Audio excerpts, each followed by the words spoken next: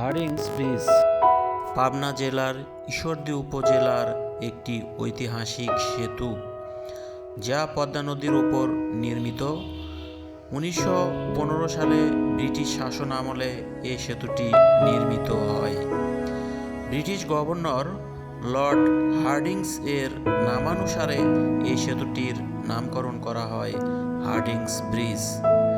এটি ঈশ্বরদী কুষ্টিয়ার ভেড়ামারা উপজেলাকে সংযুক্ত করেছে। এই সেতুটির দৈর্ঘ্য প্রায় 500 মিটার। হার্ডিঞ্জ ব্রিজ পাবনা জেলার অন্যতম ঐতিহাসিক স্থাপত্য। এটি একটি গুরুত্বপূর্ণ রেল সেতু, যা পণ্য ও যাত্রী পরিবহনে ব্যবহৃত হয়। লালন ব্রিজ পাবনা জেলার আরেকটি গুরুত্বপূর্ণ সেতু।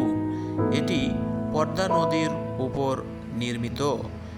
এটির নামকরণ করা হয়েছে সঙ্গীত শিল্পী লালনের নামানুসারে। এই সেতুটি 2004 সালে পদ্মা নদীর উপর নির্মিত হয়।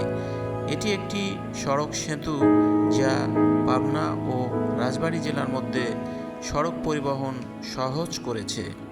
এই দুটি সেতু পাবনা ও আশেপাশে এলাকার জন্য অত্যন্ত গুরুত্বপূর্ণ।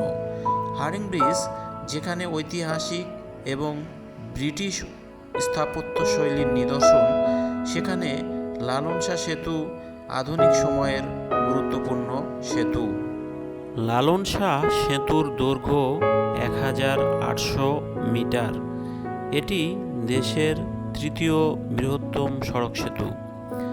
এটি রাজশাহী ও রংপুর বিভাগকে খুলনা জেলার মোংলা বন্দরের সাথে সংযুক্ত করেছে।